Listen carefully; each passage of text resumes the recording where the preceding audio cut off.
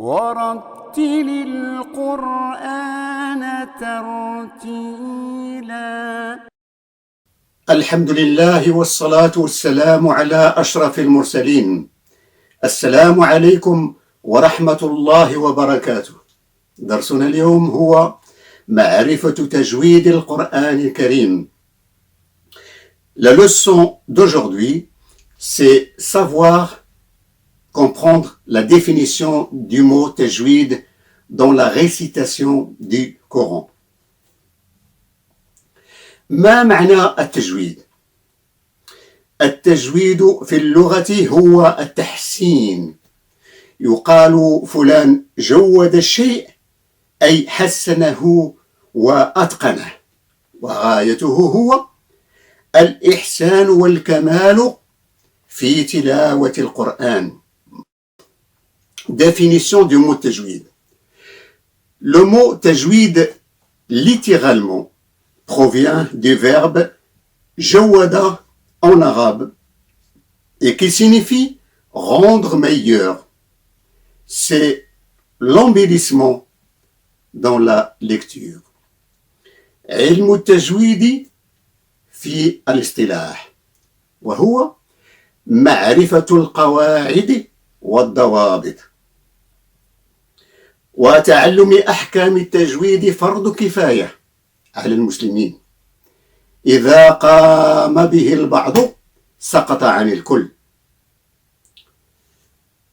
Dans la récitation, le mot tajwid est une lecture psalmodiée du Coran. C'est une science qui enseigne des règles qui permettent de réciter le Coran correctement en prononçant toutes les lettres avec leurs attributs. Le plus célèbre spécialiste des lectures du Coran, l'imam Ibn Jazari, l'a souligné dans son poème Al-Jazariyah. شيخ القراء الإمام ابن جزري رحمه الله يقول في الجزرية: الأخذ بالتجويد حتم لازم من لم يجود القرآن آثم. Appliquer le tajwid est une chose obligatoire. Celui qui ne corrige pas sa récitation commet un péché. لأنه به الإله أنزل وهكذا منه إلينا وصل. Car c'est ainsi qu'Allah nous l'a révélé. Et c'est comme ça qu'il nous est parvenu. وهو أيضا حلية التلاوة وزينة الأداء والقراءة. Et c'est aussi un ornement dans la récitation et un embellissement dans la lecture. ويعتبر علم التجويد من أهم العلوم التي توافرت على خدمة القرآن الكريم وفوائده كثيرة. من أهمها حسن الأداء وجودة التلاوة. قال الله سبحانه وتعالى في سورة المزمل: ورتل القرآن ترتيلا. Allah a dit dans la sourate Al-Muzammil, verset 4, et récite le Coran lentement et correctement. هناك 4 أجزاء أساسية. Il y a 4 parties essentielles. Premièrement, apprendre les points d'articulation des lettres. Deuxièmement, c'est connaître les attributs de chaque lettre. Troisièmement, connaître les règles de tajwid. Et quatrièmement, étudié sous la direction d'un maître qualifié. هناك 4 أجزاء أساسية. أولا، تعلم مخارج ونطق الحروف. ثانيا، التعرف على صفات وخصائص الحروف. ثالثا، التعرف على قواعد التجويد. ورابعا، دراسة خاصة تحت إشراف شيخ أو أستاذ متخصص في القراءات. ومراتب التجويد 3: تحقيق، حذر، وتدوير. Il y a 3 modes de récitation: التحقيق، الحذر، والتدوير. Le premier, التحقيق, ça veut dire précision qui consiste à prononcer toutes les lettres lentement, correctement et parfaitement. C'est une lecture qui sert pour l'enseignement. أولاً، التحقيق هو المبالغة في إتيان الشيء على حقيقته، وهو القراءة ببساطة وطمأنينة. يقصد به التعليم مع التدبر للمعاني ومراعاة أحكام التجويد. أعوذ بالله من الشيطان الرجيم. بسم الله الرحمن الرحيم. الحمد لله رب العالمين.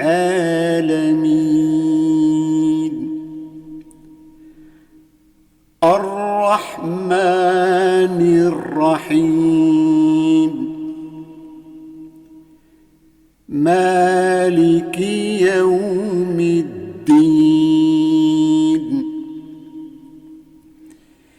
إياك نعبد وإياك نستعين.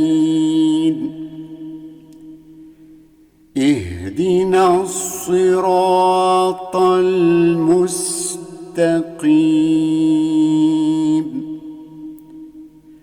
صراط الذين أنعمت عليهم غير المغضوب عليهم ولا الضالين.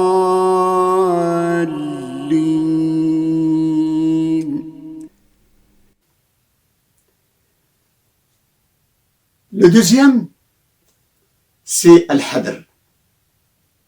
C'est une récitation rapide du Coran au rythme de la parole normale, mais en respectant toutes les règles de la récitation.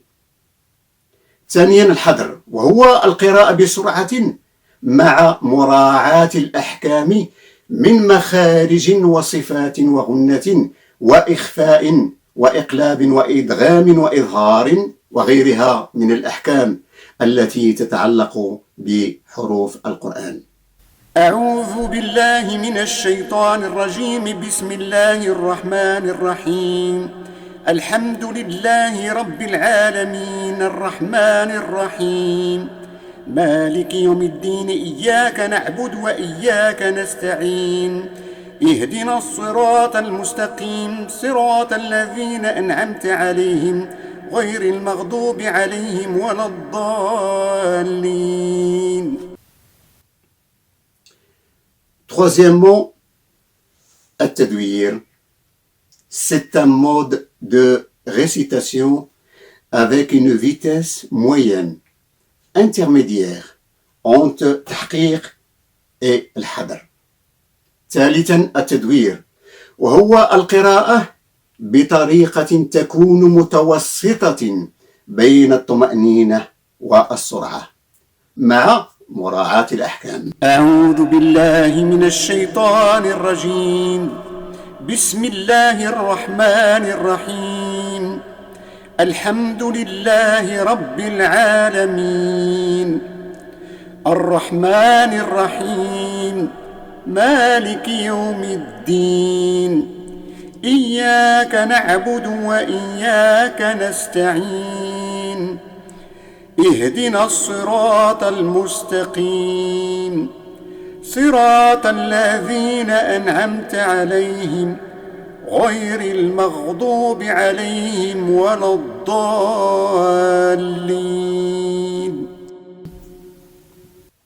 باب الترتيل.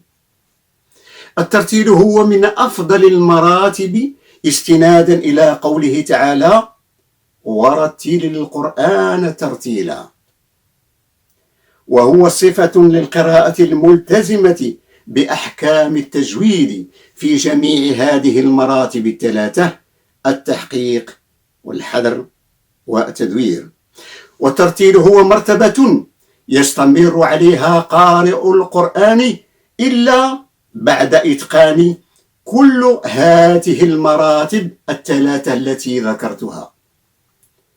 On rajoute un autre mode de récitation, c'est tartil. L'une des meilleures façons de réciter le Coran.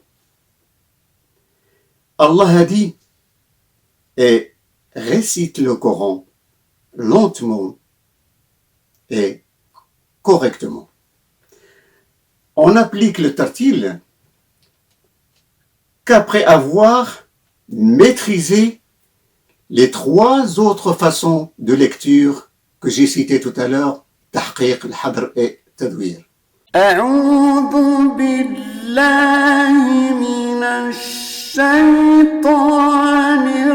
الرجيم.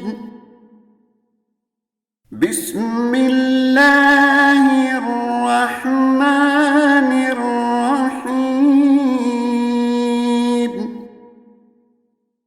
الحمد لله رب العالمين،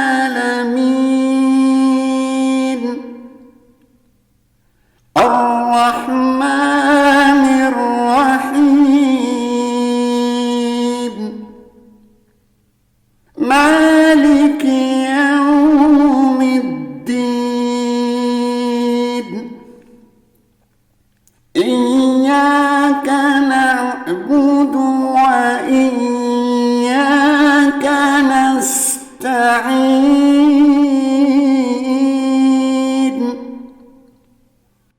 اهدنا الصراط المستقيم، صراط الذين أنعمت عليهم غير المغضوب عليهم ولا الضالين.